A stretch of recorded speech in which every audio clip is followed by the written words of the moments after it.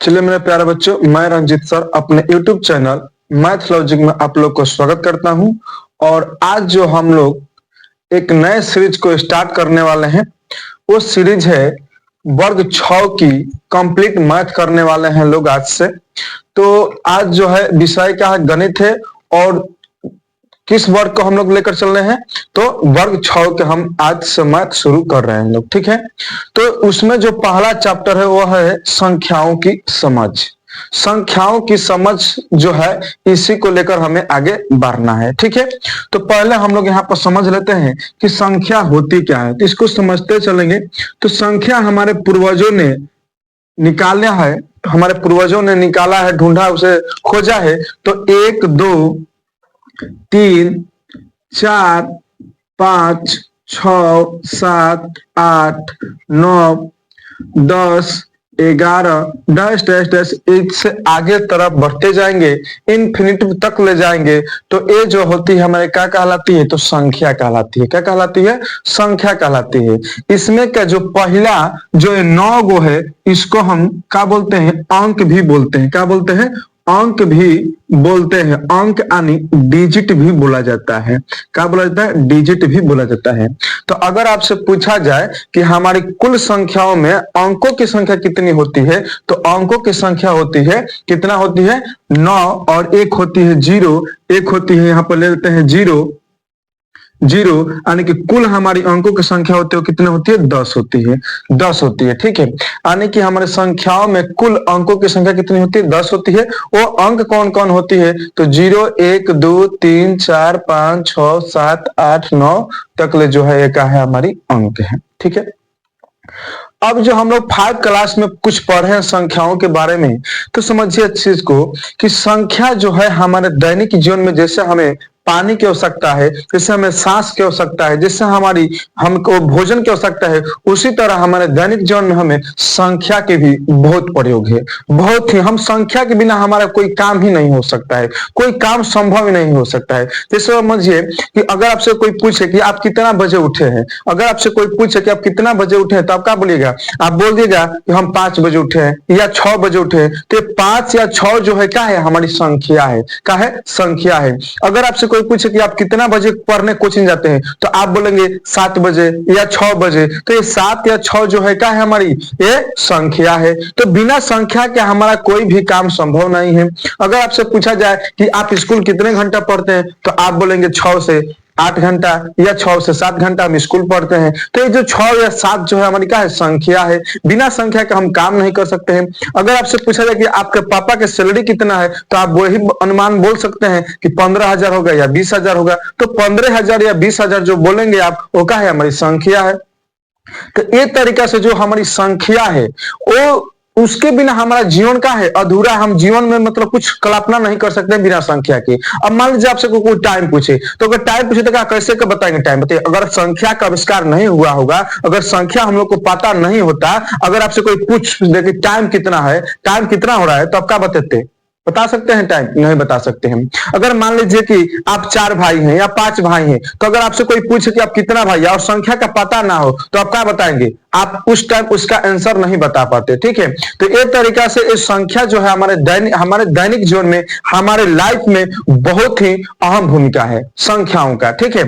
जैसे हमारी सांस की आवश्यकता है, हमें खाना पीना, इस तरीका से हमारे जीवन में प्रयोग है, उसका यूज है, उसी तरह संख्याओं का भी हमें क्या है? यूज है।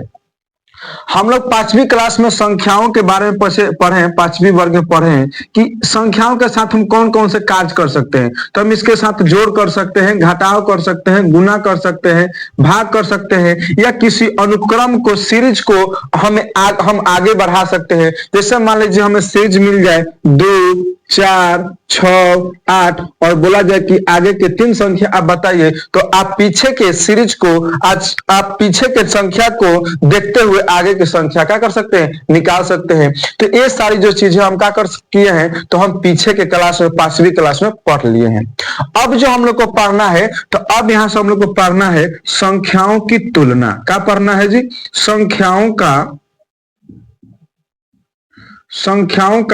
तुलना।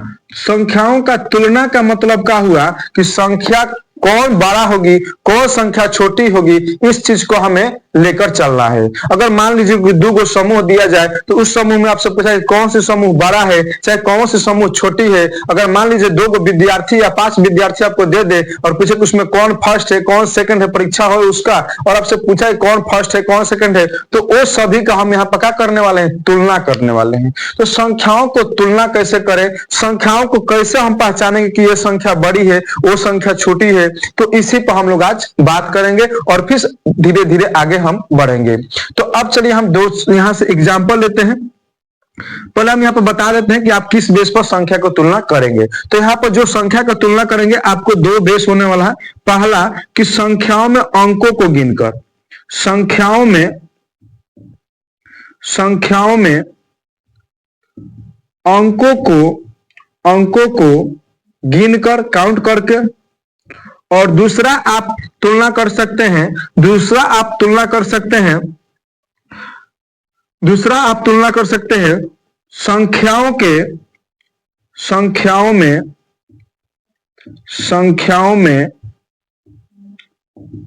अंक समान होने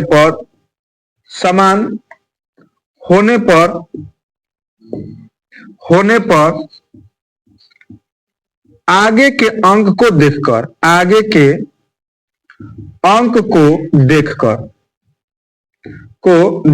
भी आप क्या कर सकते हैं, तुलना कर सकते हैं। अब समझिए कैसे करेंगे, समझते चलिए। जैसे मान लीजिए हमें यहां दे दिया जाए 289 और यहां पर दे दिया गया आपको 383। अब आपसे पूछा जाए कि इसमें दोनों में कौन बड़ी संख्या है, तो आप कैसे बता सकते हैं। इसमें भी अंकों की संख्या सेम है और इसमें भी अंकों की संख्या सेम, यानी कि इसमें भी 3 गो अंक है, इसमें भी 3 गो अंक है। तो यहां पर जब अंकों की संख्या 3 सेम रहेगा तो हम आगे की संख्या को देखेंगे। तो इसमें 2 है, इसमें 3 है, तो बड़ी कौन होगी, हमारी 383 संख्या जो होगी बड़ी होगी, और 289 जो होगी क्या होगी, वह छोटी होगी। क्या होगी, छोटी होगी। ठीक है, फिर एग्जाम्पल लेते हैं, समझते हैं। अगर आपसे इसमें पूछा जाए कि इसमें कौन सी बड़ी संख्या होगी, 128 है और 129 है, तो इसमें कौन बड़ी संख्या है, तो देखो एक यहां पर भी एक यहां पर है, तो इससे हम तुलना नहीं कर सकते हैं कि दोनों में बड़ा कौन है। फिर जब आगे बढ़ेंगे तो यहाँ पर 2 है और यहाँ पर 2 है, तो यहाँ पर भी 2, यहाँ पर भी 2 समान है, तो यहाँ से भी हम तुलना नहीं कर पा रहे हैं, यानी कि यहाँ से भी क्लियर हमें नहीं हो रहा है। लेकिन आगे जब बढ़ेंगे तो यहाँ पर 8 है और यहाँ पर 9 है, तो 8 और 9 में 9 बड़ा होता है, यानी कि हमारी संख्या जो होगी 129 बड़ी होगी और 128 जो होगी क्या होगी, छोटी होगी। ये जो हम सिंबल का प्रयोग कर रहे हैं ये बड़ी और छोटी संख्या को इंडिकेट करती है। जिधर मुंह खुला रहता है उससे बड़ा होता है और जिधर मुंह नहीं खुला होता है वह संख्या छोटी होती है। ठीक है, तो इस चीज को समझ गए होंगे कि 129 और 128 में मुंह किधर खोले हैं, 129 की ओर, यानी कि 129 जो है बड़ी है और 128 जो है क्या है, छोटी है। फिर समझते हैं आगे, एग्जाम्पल फिर लेते हैं, आगे फिर समझते हैं।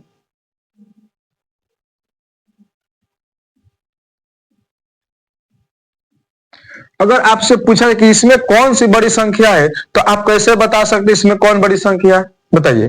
तो इसमें हम आगे की संख्या को, आगे के अंक को देखकर भी क्लियर कर सकते हैं। क्यों कर सकते हैं, क्योंकि इसमें भी अंक अलग अलग है, इसमें भी अंक अलग अलग है। इसमें अंक 2 है, 8 है, 0 है, इसमें 3 है, 6 है, 8 है। तो हमने आगे की संख्या को, अंक को देख सकते हैं। तो यहाँ पर 2, यहाँ पर 3, तो बड़ी होगी 368 और 280 जो होगी क्या होगी, छोटी होगी। तो अगर हम क्या कर सकते हैं कि इस चीज को हम क्लियर कर लें कि संख्याओं में अंक समान होने पर आगे के अंक को देखकर हम क्या कर सकते हैं कि संख्या को तुलना कर सकते हैं। अब आते हैं 1 नंबर पर कि संख्याओं में अंकों को कैसे हम गिन कर सकते हैं। तो आगे एग्जांपल लेते हैं, इसका भी एग्जांपल लेते हैं। जैसे मान लीजिए यहाँ पर 2 है और यहाँ पर मान लीजिए कि 81 है। अब आपसे पूछा है कि इसमें कौन सी बड़ी संख्या है, तो सीधा सा गिनेंगे कि इसमें कितना अंक है और इसमें कितना अंक है। तो इसमें 2 गो अंक है, इसमें 1 गो अंक है, यानी कि 2 गो अंक वाला बड़ा होगा, 1 गो अंक वाला का होगा छोटा होगा। फिर समझिए आगे एग्जाम्पल लेते हैं, फिर समझिए। अगर मान लीजिए यहाँ पर दे दिए हम 243 और यहाँ पर हम लिख दिए 8965, अगर आपसे पूछा जाए कि इन दोनों संख्या में कौन बड़ी संख्या है, इन दोनों संख्या में कौन बड़ी संख्या है, तो इसमें कई गो अंक है, तो इसमें 4 गो अंक है और इसमें 3 गो अंक है, तो 3 गो अंक वाला छोटा होगा, 4 गो अंक वाला 12 होगा, तो हमारा 8965 जो होगा वो बड़ी संख्या होगी और 243 जो भी का होगी छोटी होगी। फिर आगे एग्जाम्पल से हम समझ सकते हैं।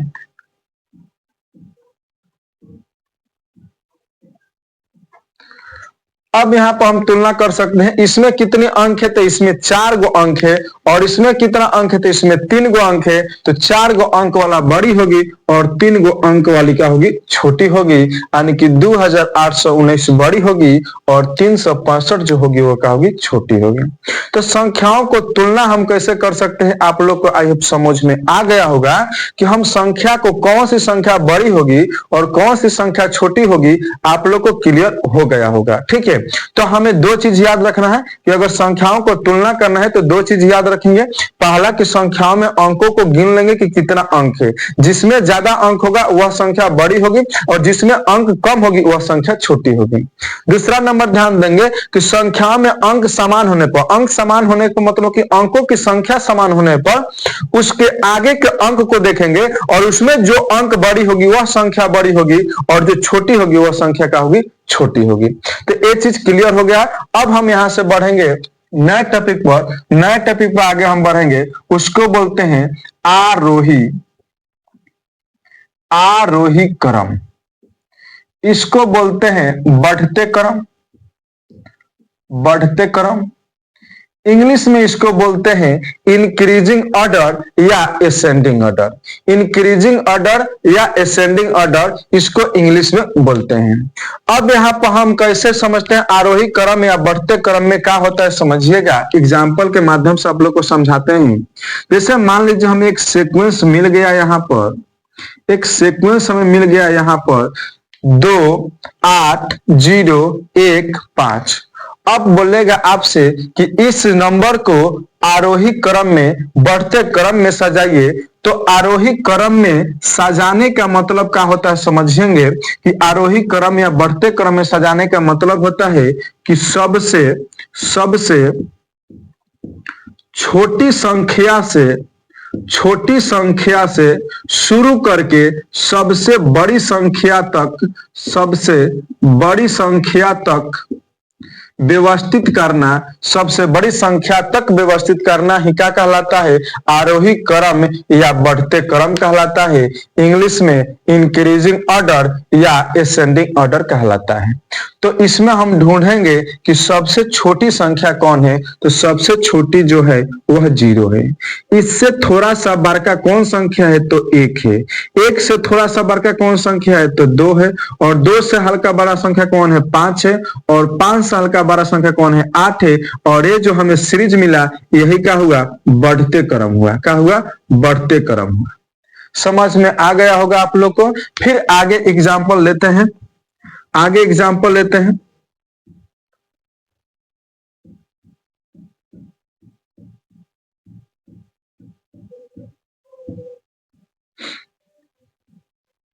चलिए इसको हमें क्या करना है कि आरोही क्रम या बढ़ते क्रम में सजाना है।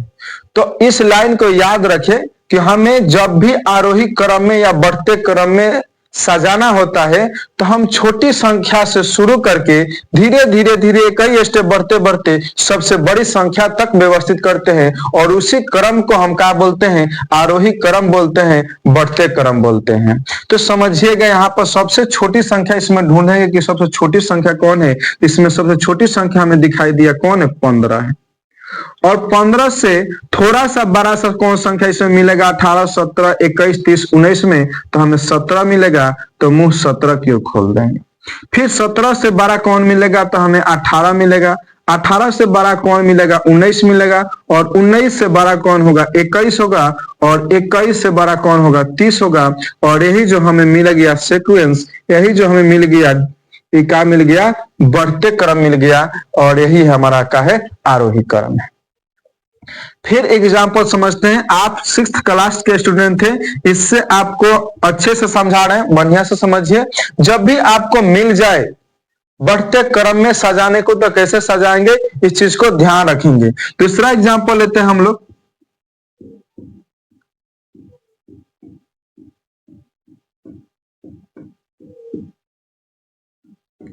चलिए इसको हमें सजाना है, किसमें सजाना है? आरोही क्रम या बढ़ते क्रम में सजाना है।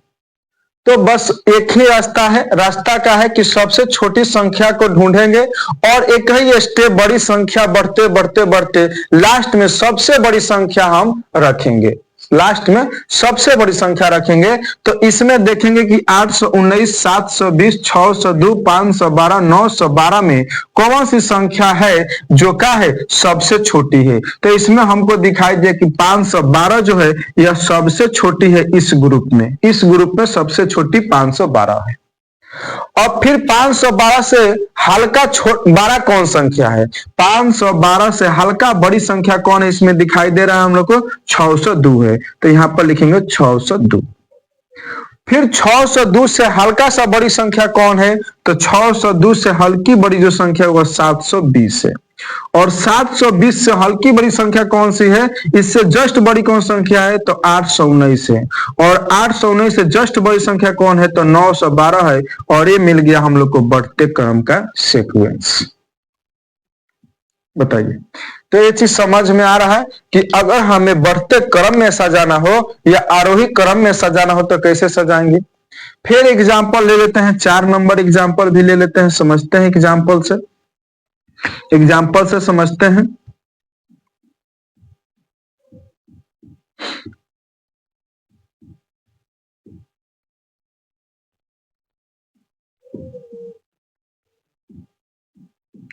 चलिए, तो इसको हमें सजाना है बढ़ते क्रम में। किसमें सजाना है? बढ़ते क्रम में। तो सबसे इसमें हम ढूंढेंगे कि सबसे छोटी संख्या कौन है। तो सबसे छोटी संख्या हमें मिल गया इसमें 1415। इससे बड़ी संख्या कौन है? तो इससे बड़ी संख्या हमें दिखाई दे रहा है कौन है भाई? 2016। फिर इससे जस्ट बड़ी संख्या कौन है? तो 2116। और इससे जस्ट बड़ी संख्या कौन है? तो 3342। और इससे जस्ट बड़ी कौन संख्या है? तो 8129। और यही सीक्वेंस जो है हमें क्या कहलाएगा? बढ़ते क्रम होगा। यही हमारा सीक्वेंस जो होगा क्या होगा? आरोही क्रम का सीक्वेंस होगा। तो आप लोग के यहां तक ये चीजें समझ में आ गई होगी। अब हम जो बढ़ेंगे वह होगा हम लोग का अवरोही क्रम या घटते क्रम। ठीक है। अब आरोही क्रम या घटते क्रम को इंग्लिश में क्या बोलते हैं? तो इसको इंग्लिश में बोलते हैं डिक्रीजिंग ऑर्डर या डिसेंडिंग ऑर्डर। ठीक है, डिक्रीजिंग ऑर्डर या डिसेंडिंग ऑर्डर बोला जाता है। ठीक है, तो चलिए अब समझते हैं एग्जाम्पल के माध्यम से। इसको पहले हम समझ लेते कि इसे होता क्या है, आरोही क्रम में किसी संख्या को सजाते कैसे हैं। तो इसका उल्टा हो जाता है अवरोही क्रम। सबसे बड़ी संख्या से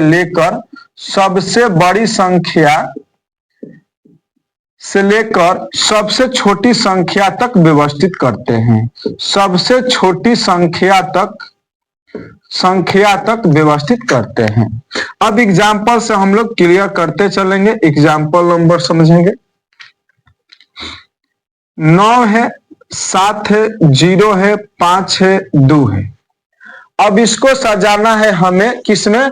तो अवरोही क्रम में, घटते क्रम में सजाना है। तो एक आप बोल रहा है कि सबसे बड़ी संख्या को लीजिए और धीरे धीरे घटते सबसे छोटी संख्या पर पहुंच जाइए। तो सबसे बड़ी संख्या कौन है? तो 9 है। 9 सबसे बड़ी है, तो मुंह किधर खोलेंगे? 9 की ओर। फिर इससे जस्ट छोटी संख्या कौन है? तो 7 है। तो फिर 7 से जस्ट छोटी कौन संख्या है? तो 5 है। और 5 से जस्ट छोटी कौन है? तो 2 है। और 2 से छोटी कौन है? 0 है। यानी कि ये जो हमें सीक्वेंस मिल गया, ये मिल गया हमें घटते क्रम का मिल गया, ये मिल गया हमें डिक्रीजिंग ऑर्डर का सीक्वेंस मिल गया। ठीक है, फिर समझिए एग्जाम्पल से।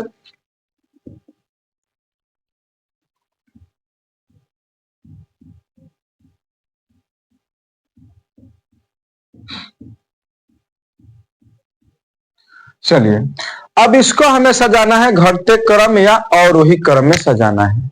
तो पहले हम क्या करेंगे? सबसे बड़ी संख्या को लेंगे। सबसे बड़ी संख्या इसमें कौन है? 25 है। इससे थोड़ी सी छोटी संख्या कौन है इसमें? तो 19 है। 19 से छोटी कौन है? तो 18 है।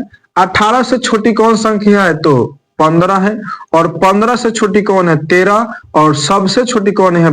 12 हो जाएगा। यानी कि हमें सीक्वेंस जो मिल गया, क्या मिल गया? घटते क्रम का सीक्वेंस मिल गया। ठीक है, फिर आगे एग्जाम्पल से समझते हैं।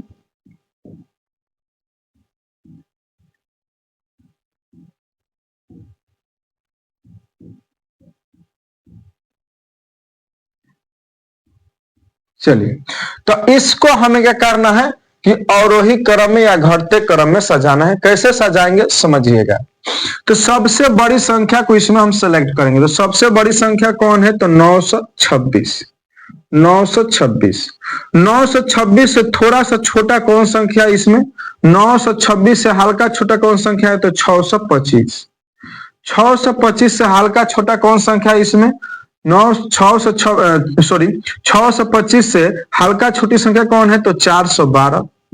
और 412 से हल्का छोटी कौन संख्या है? 352। और 352 से छोटी कौन है? 119। तो हमें ये जो सीक्वेंस मिल गया है, क्या मिल गया? घटते क्रम का सीक्वेंस मिल गया। फिर आगे एग्जांपल समझते हैं।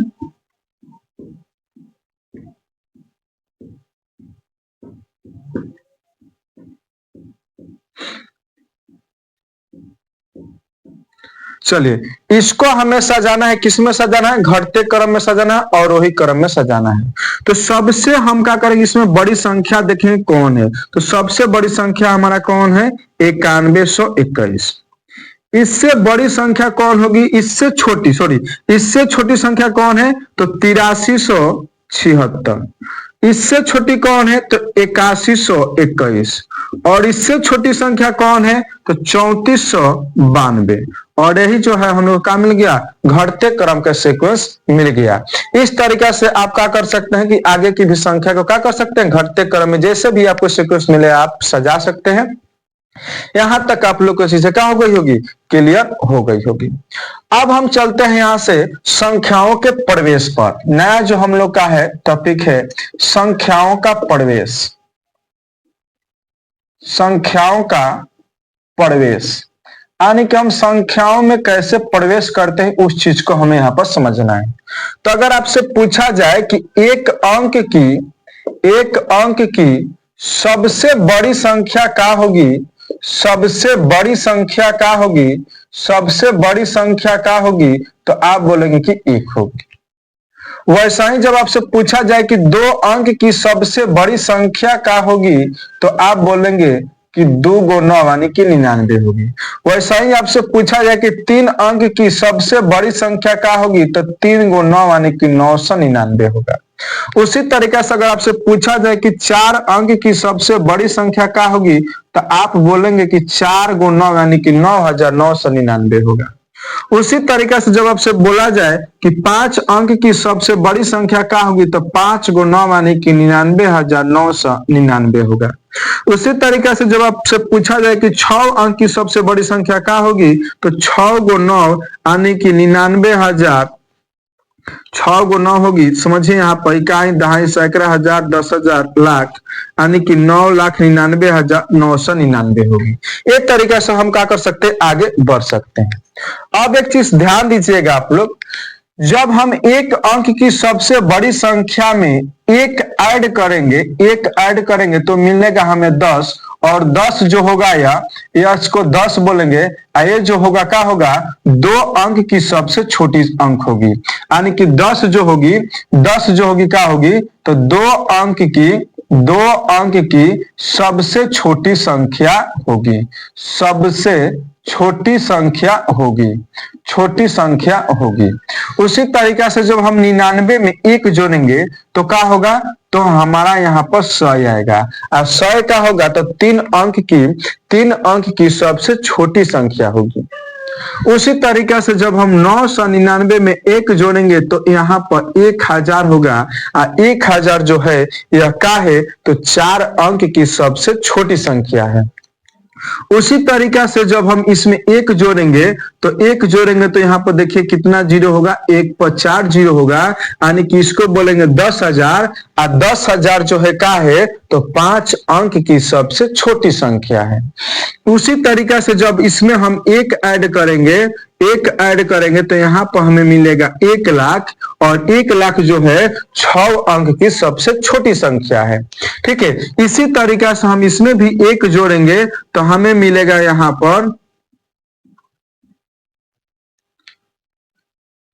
10 लाख हो जाएगा, और 10 लाख जो होगा 7 अंक की क्या होगी, सबसे छोटी संख्या होगी। तो संख्या में देख रहे हैं आप लोग कि हम कैसे प्रवेश करें। 9 जो है 1 अंक की सबसे बड़ी संख्या है, लेकिन जैसे ही हम क्या किए, एक ऐड किए तो हम 2 अंक की सबसे छोटी संख्या पर प्रवेश कर गए, और इस तरीका से हम कहां जा सकते हैं, आगे की तरफ बढ़ सकते हैं। अब यहां से आपसे क्वेश्चन पूछता है कि 2 अंक की कुल कितनी संख्या है, कुल कितनी संख्या है बताइए।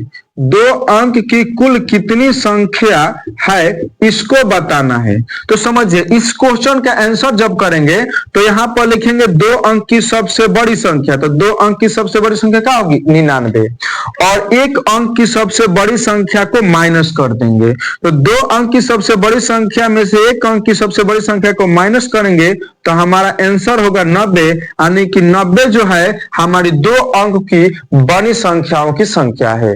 2 अंकों से बड़ी संख्याओं की संख्या कितनी होगी, तो 90 होगी।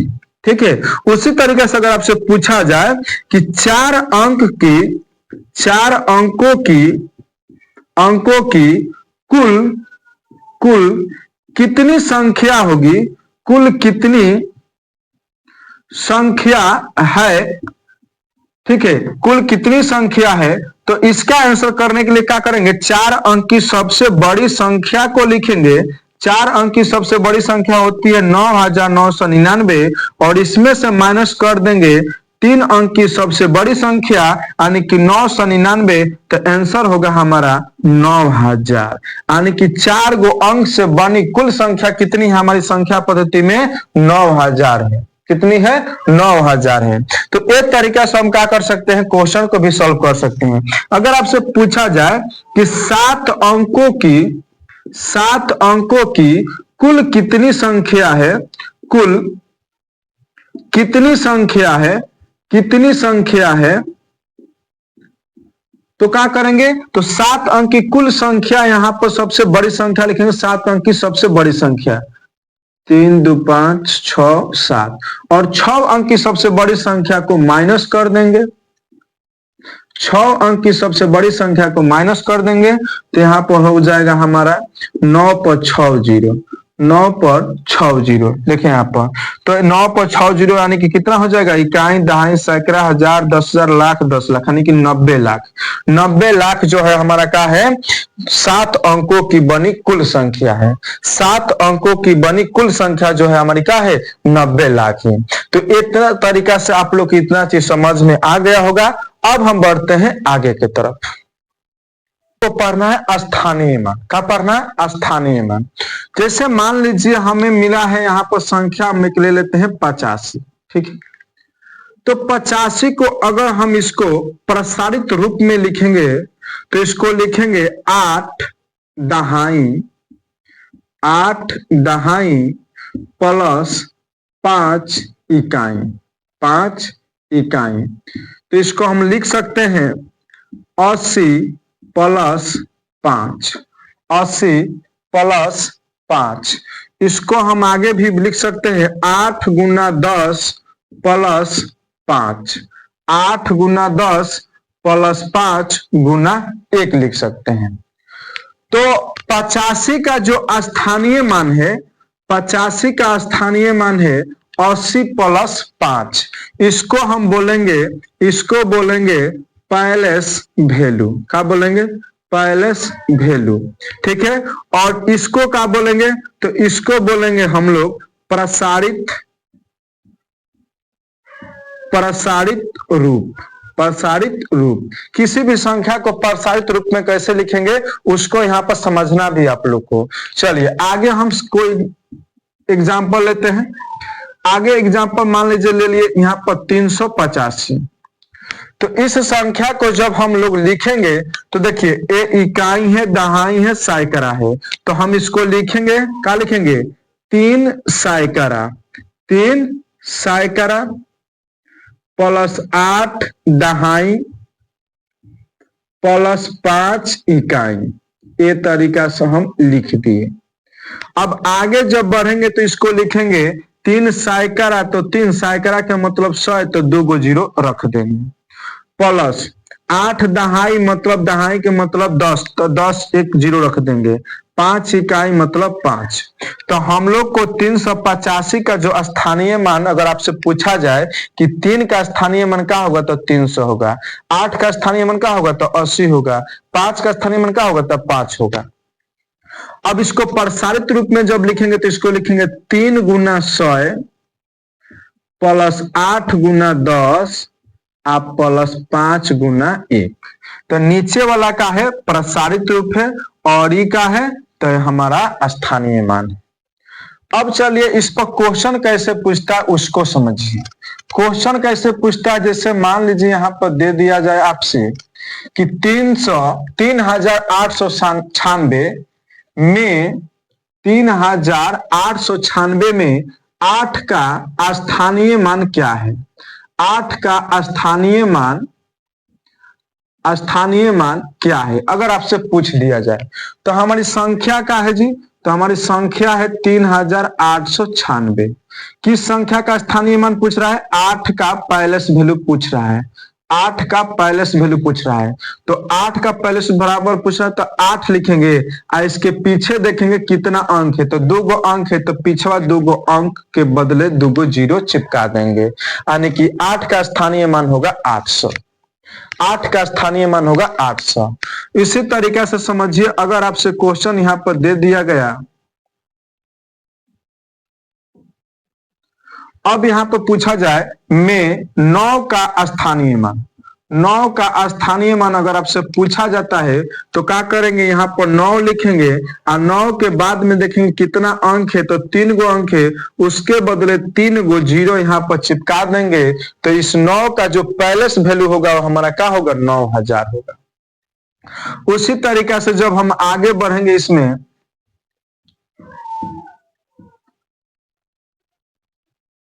इस क्वेश्चन में अगर कहा जाए में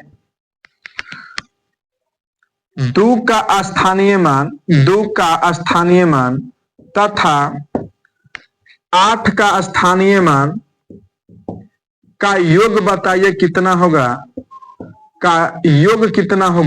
तो 2 का स्थानीय मान जब निकालेंगे, संख्या हमारी क्या है, तो संख्या 71 28 95, तो 2 का स्थानीय मान निकालेंगे तो 2 लास्ट में 3 गो अंक है तो 3 गो जीरो, फिर 8 का स्थानीय मान निकालेंगे तो 8, लास्ट में इसके पीछे 2 गो अंक है तो 2 गो जीरो, और योग पूछ रहा है तो जोड़ देंगे तो हो जाएगा कितना 2800 होगा। कितना होगा 2800 आंसर होगा। तो ये तरीका से हमारा स्थानीय मान से क्वेश्चन पूछता है। तो आप लोग को समझ में आ गया होगा कि अगर हमें किसी भी संख्या का स्थानीय मान निकालना है तो हम कैसे निकाल सकते हैं, किसी भी संख्या का स्थानीय मान निकालना हो तो हम कैसे निकाल सकते हैं। एक चीज इसमें आता है जातीय मान, जातीय मान निकालना होता है। किसी भी संख्या में जातीय मान निकालना तो कैसे निकालेंगे समझ लीजिए इसको। जैसे मान लीजिए यहाँ पर संख्या है, 8965। अगर आपसे पूछा जाए कि 5 का स्थानीय मान बताइए क्या होगा, तो 5 ही होगा। अगर आपसे पूछा जाए कि 6 का स्थानीय मान क्या होगा, तो 6 ही होगा। अगर आपसे पूछा जाए कि 9 का स्थानीय मान क्या होगा, तो 9 ही होगा। अगर आपसे पूछा जाए कि 8 का स्थानीय मान क्या होगा, तो 8 ही होगा। यानी कि किसी भी संख्या में जिस अंक का पूछा स्थानीय मान तो वही अंक हो जाता है। अगर समझे यहाँ पर इस अंक है, यहाँ पर समझिए, यहाँ पर 71 28 95, इसमें अगर पूछा जाए कि बताइए जातीय मान, 8 का जातीय मान कितना होगा, में 8 का जातीय मान, 8 का जातीय मान अगर पूछा जाए तो 8 का जातीय मान 8 ही होगा। 8 का जातीय मान 8 ही होगा, यानी कि आंसर हमारा हो गया 8। अगर आपसे पूछा है कि 7 का जातीय मान क्या होगा तो 7 होगा। 1 का जातीय मान 1 होगा। 2 का जातीय मान 2 होगा। तो इस तरीके से जितना भी अंक है उसका जातीय मान वही संख्या हो जाता है। तो आप लोग को स्थानीय मान और जातीय मान यहाँ क्लियर हो गया होगा। अब हम आगे बढ़ते हैं।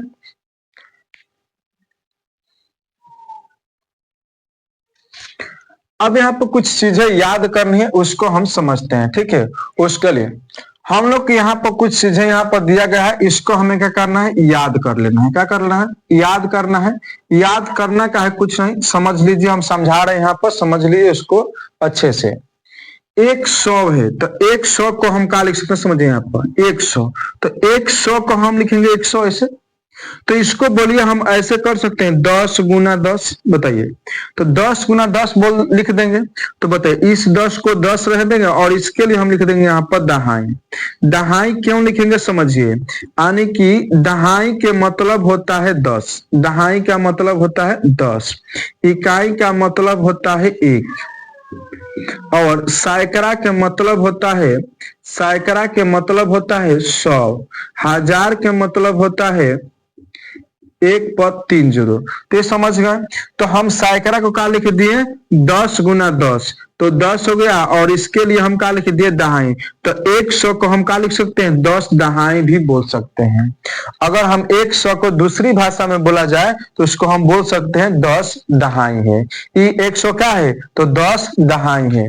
अब दूसरा तरीका से पूछा जाएगा कि अगर आपको 10 के आपको कितना नोट दिया जाए कि 100 हो जाए, तो आपका आंसर होगा 10। ठीक है, फिर समझिए 1000 को हम क्या बोल सकते हैं, तो 1000 को हम बोल सकते हैं 10 सैकड़ा। क्या बोल सकते हैं, 10 सैकड़ा बोल सकते हैं, और नहीं तो 100 दहाई बोल सकते हैं, नहीं तो 100 दहाई बोल सकते हैं। अगर आपसे कहा जाए कि 1000 नोट हमें बनाना, 1000 में रुपया चाहिए, हम आपको 100 के कितना नोट दे दें, 100 के कितना नोट दे दें कि 1000 हो जाए, तो आपका आंसर होना चाहिए कितना, 10। 1000 बनाना है और 100 के नोट अगर आपको दिया जाए तो कितना 100 का नोट आपको दिया जाएगा कि 1000 हो जाएगा, तो 10। अगर आपको 10-10 के नोट को दिया जाए और 1000 आपको बिटोरना, तो आपके पास कितना 10 के नोट होगा बताइए, तो 100। कितना होगा, 100। तो ये चीज क्लियर हो गया कि अगर 1000 रुपया हमें बिटोरना है या 1000 रुपया हमें चाहिए, तो 100 के कितना नोट होना चाहिए, 10 गो, और 10 के कितना नोट होना चाहिए, 100 गो। क्लियर है। फिर समझिए 1 लाख। 1 लाख यानी कि 1 पर कितना जीरो होगा, 5 जीरो होगा। इकाई, दहाई, सैकड़ा, हजार, 10,000, लाख।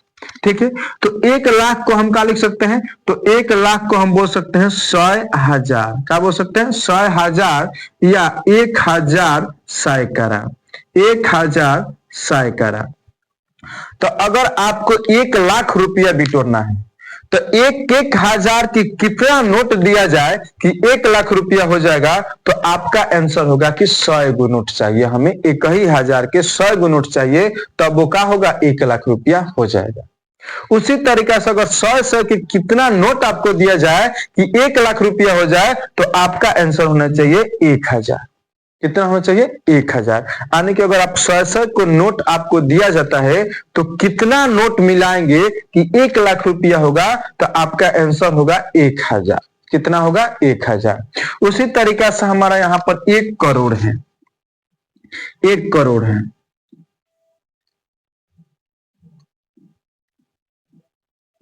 इकाई, दहाई, सैकड़ा, हजार, 10,000, लाख, 10 लाख, करोड़।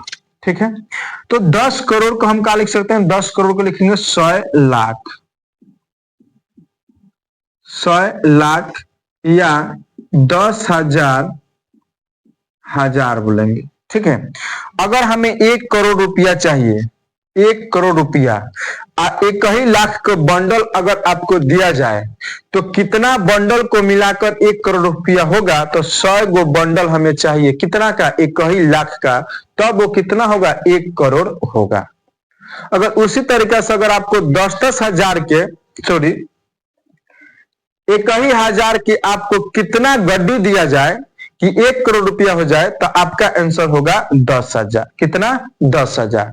1,000 का अगर आपको नोट दिया जाए, 1,000 का आपको गड्डी दिया सॉरी गड्डी दिया जाए, तो आपके पास कितना ऐसा गड्डी हो कि 1 करोड़ रुपया हो जाए, तो आपका आंसर होगा 10,000। तो ये चीज क्लियर हो गया होगा यहां तक। अब आपसे हम मिलेंगे नेक्स्ट वीडियो में। ये हमारा जो है क्लास 6 से स्टार्ट किए हैं, तो इस वीडियो का आप लोग ज्यादा से ज्यादा प्यार दीजिए और ज्यादा से ज्यादा बच्चों के पास शेयर करिए। जिसको मैथ का एम भी नहीं आता है उसको हम सिखाएंगे, बेसिक से लेकर चलेंगे, पूरा हाई लेवल तक उसको हम क्लियर करेंगे। और आप लोग का प्यार चाहिए। हमारे चैनल जो है मैथ लॉजिक, इसको आप लोग सब्सक्राइब करें और ज्यादा से ज्यादा आप लोग प्यार दीजिए। आप लोग से हमारा निवेदन है, आप लोग से बहुत सारा प्यार दीजिए और ज्यादा से ज्यादा बच्चों के पास क्या करिए, शेयर करिए। ठीक है, थैंक यू, धन्यवाद।